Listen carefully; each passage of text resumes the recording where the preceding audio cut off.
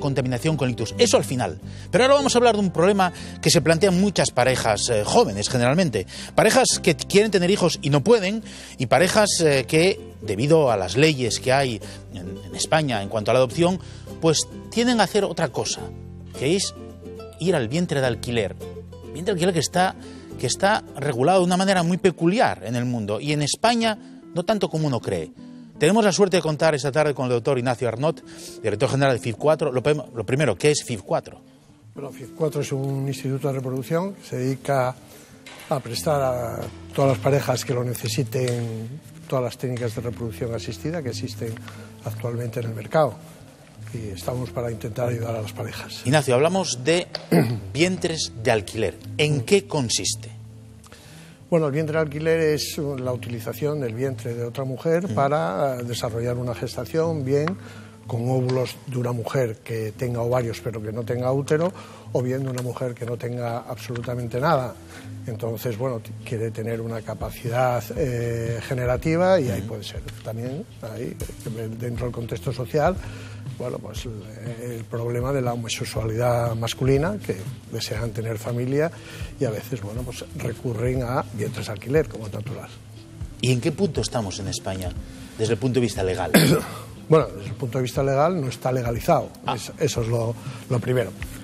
No cabe duda que es una problemática que existe, no es, vamos a decir, muy demandada, pero sí tiene mucha repercusión social, sobre todo a través de los medios, de personajes famosos, del mundo de la farándula y tal.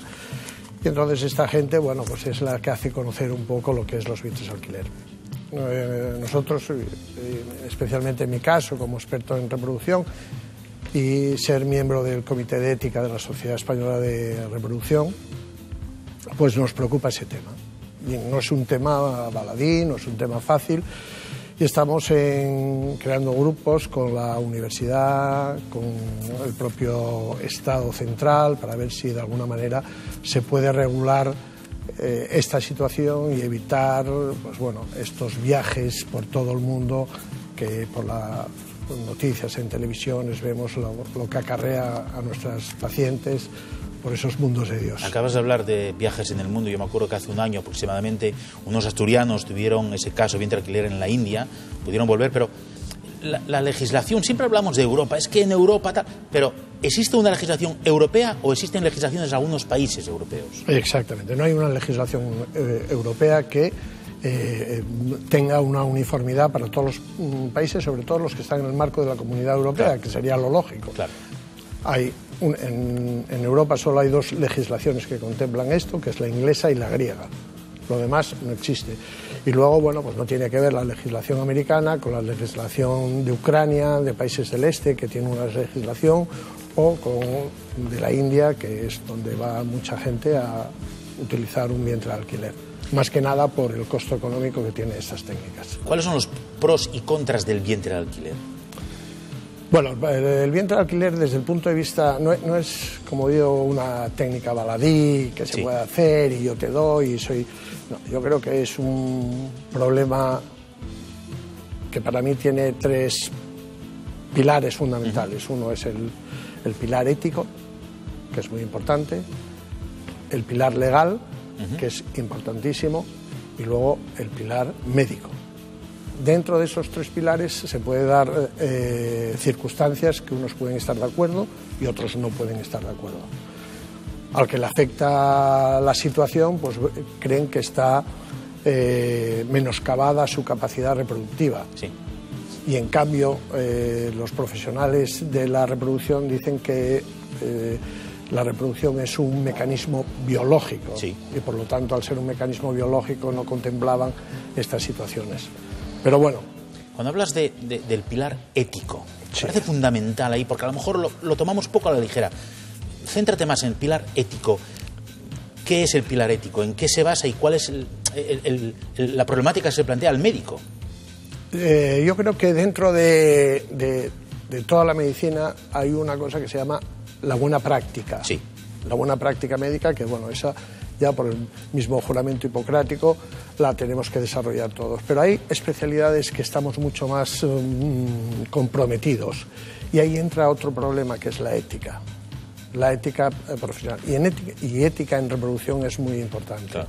Hay problemas éticos tanto a nivel de la parte que da la técnica como el que la va a recibir. Hay problemas técnicos, hay problemas sociales muy importantes, y hay problemas éticos que no todo vale.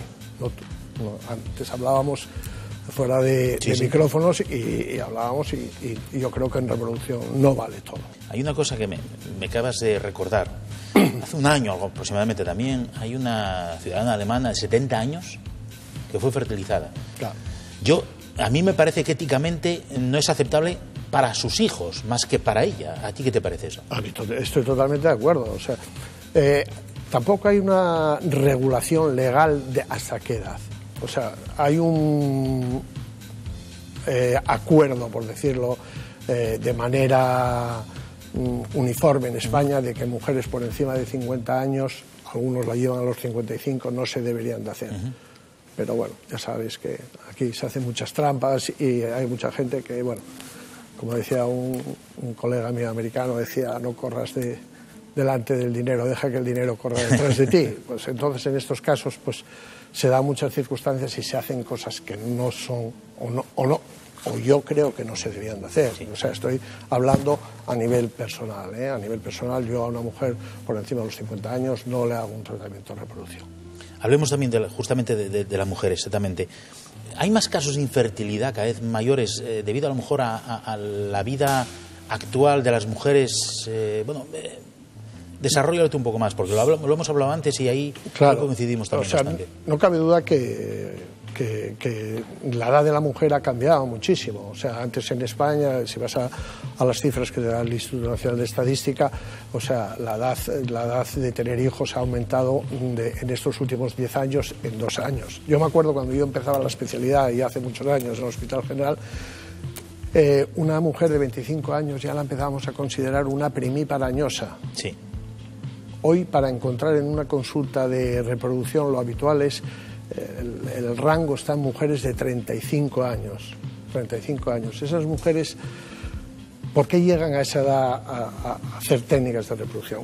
Porque mejoró la mujer, el estatus de la mujer socialmente ha mejorado mucho. Tuvo acceso a la universidad, tiene acceso al trabajo, tiene acceso a muchísimas circunstancias que, como es lógico, lo quiere aprovechar. Pero también se tiene que dar cuenta que su reloj biológico no se para, sigue. Y entonces, a los 35 años no es lo mismo que cuando tenía 25. Entonces, tiene más dificultades a la hora de... Y por eso nuestras clínicas están lleno de gente de esta edad. Vamos justamente a la clínica. Que yo creo que a ti te gusta llamar a clínica de reproducción que no clínica de fertilidad. Exactamente. Yo, el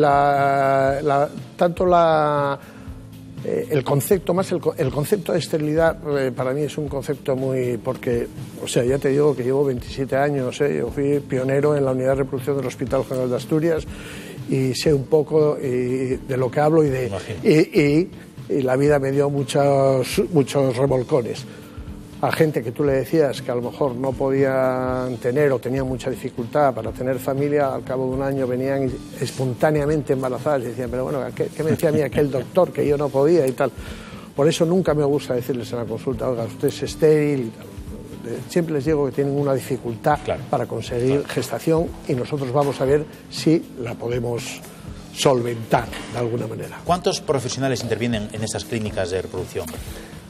Claro, hay mucha gente que interviene en una clínica de reproducción. En una clínica de reproducción, o sea, interviene no solo el ginecólogo, intervienen embriólogos, intervienen psicólogos, intervienen personal de enfermería, auxiliares de enfermería. O sea, es un proceso bastante largo en el tiempo y que requiere muchísimo personal, y por eso estos tratamientos son tan costosos, porque son tecnológicamente muy avanzados y también requieren de mucha gente y con mucha formación. Pues querido Ignacio Arnot, un placer tenerte aquí con nosotros. El placer fue el mío. Y transmitirnos de esa manera tan directa lo que es una clínica de reproducción, que vamos a acuñar también ese término. No te muevas porque el tema siguiente igual te puede interesar. Vamos a hablar con el psicólogo Miguel Silveira y concretamente nos va a hablar del sueño. Perdona un inciso. Sí. No dejé de mencionar los psicólogos. Nosotros tenemos nuestra psicóloga porque, claro, es el problema de tener o no tener hijos, no creas que no acarrea muchos problemas psicológicos, ¿eh? Y nosotros creemos que el apoyo psicológico a parejas que están en esta situación de dificultad de conseguir gestación es importantísimo. Yo creo que otro día tienes que volver para justamente hablar de los aspectos psicológicos y un poco más éticos, que me parece muy interesante. Muchas gracias, Ignacio. Hasta otra. Pues sí.